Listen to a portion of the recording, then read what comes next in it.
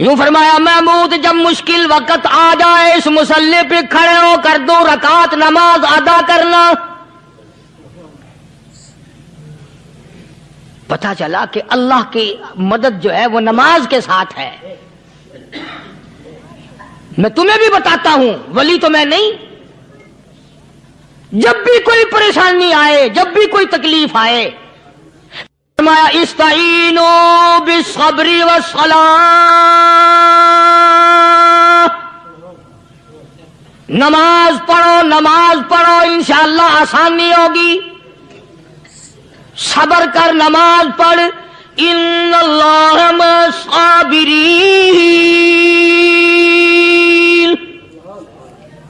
اللہ پاک صبر کرنے والوں کا ساتھی ہے. صبر بھی کرتا جا، نماز بھی ادا کرتا جا.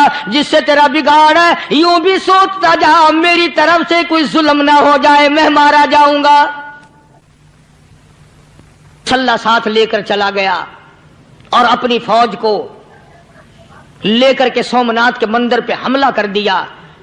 مسلمان فوج بڑا سفر کر کے آئی تھی، دور سے آئی تھی، تھکی ہوئی تھی، چور چور تھی.